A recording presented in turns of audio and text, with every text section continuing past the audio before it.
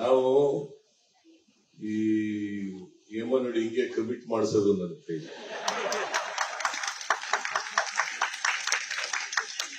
ಕಿಲಾಡಿ ಹಿಂಗೆ ಕಿಲಾಡಿ ಮಾಡಿ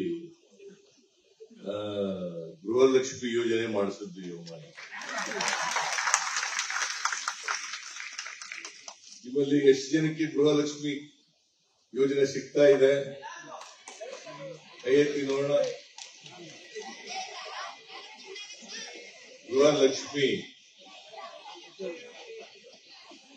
ಎಲ್ಲರೂ ಫ್ರೀಯಾಗಿ ಬಸ್ನಲ್ಲಿ ಓಡಾಡ್ತಾ ಇದ್ದೀರಾ? ಹೆಣ್ಮಕ್ಳೆಲ್ಲ ಫ್ರೀಯಾಗಿ ಬಸ್ನಲ್ಲಿ ಓಡಾಡ್ತಾ ಇದ್ದೀರಾ?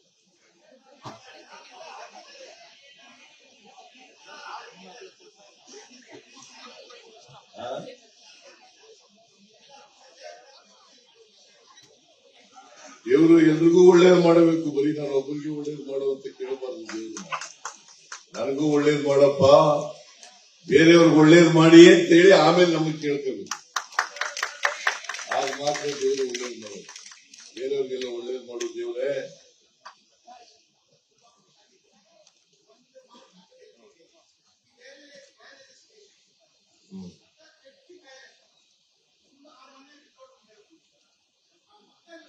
ಹೊರಗಡೆ ಹೇಳಿದ್ರೆ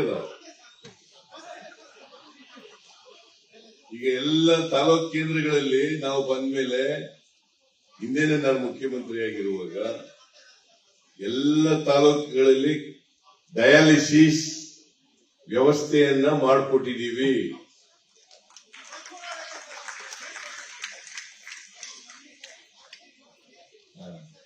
ನಾನು ರಾಮಲಿಂಗ ರೆಡ್ಡಿ ಅವರ ಜೊತೆ ಮಾತಾಡ್ತೀನಿ.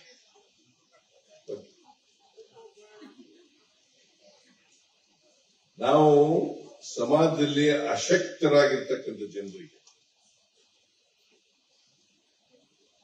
ಆರ್ಥಿಕವಾಗಿ ಸಾಮಾಜಿಕವಾಗಿ ಶಕ್ತಿ ಇಲ್ಲದೆ ಜನರಿಗೆ, ಯಾಕಂದ್ರೆ ಸಮಾಜದಲ್ಲಿ ಸಮಾಜ ನಿರ್ಮಾಣ ಆಗಬೇಕು. ಅದಕ್ಕೋಸ್ಕರ ಯಾರಿಗೆ ಅವಕಾಶಗಳಿಂದ ವಂಚಿತರಾಗಿದ್ದಾರೆ ಆ ಜನರಿಗೆ, ಮತ್ತೆ ಆರ್ಥಿಕವಾಗಿ ಸಾಮಾಜಿಕವಾಗಿ ದುರ್ಬಲರಾಗಿರ್ತಕ್ಕಂಥ ಜನರಿಗೆ ಶಕ್ತಿ ತುಂಬತಕ್ಕಂಥ ಕೆಲಸವನ್ನು ನಮ್ಮ ಸರ್ಕಾರ ಮಾಡ್ತದೆ, ಈಗಲೂ ಮಾಡ್ತಾ ಇದೆ, ಮುಂದೇನೂ ಕೂಡ ಮಾಡ್ತೇವೆ ಅಂತಕ್ಕಂಥ ಮಾತುಗಳನ್ನು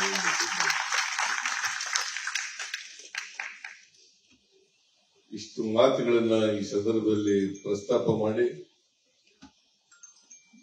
ಲಕ್ಷ್ಮೀ ಹೆಬ್ಬಾಳ್ಕರ್ ಏನ್ ಹೇಳ್ತಾರೆ ಅದನ್ನ ಚರ್ಚೆ ಮಾಡಿ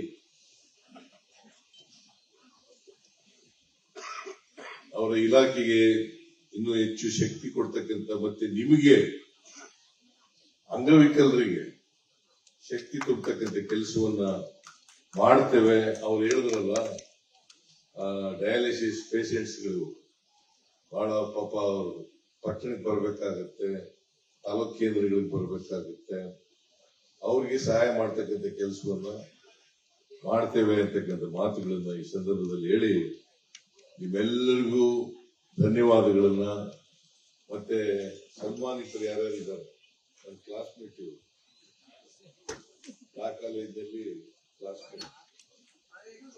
ಈಗ ನಾನು ರಾಜಕಾರಣದಲ್ಲಿ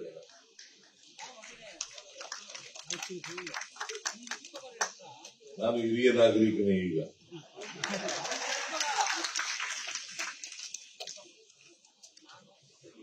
ಎಷ್ಟು ವಯಸ್ಸೀಗ?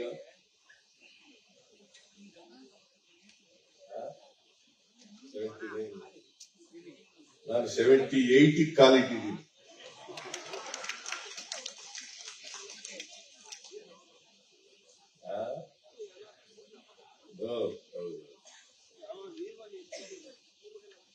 ಸೊ ನನಗಿಂತ ಒಂದೂವರೆ ವರ್ಷ ದೊಡ್ಡವರು ಇರ್ಬೋದು ಅಷ್ಟೇ.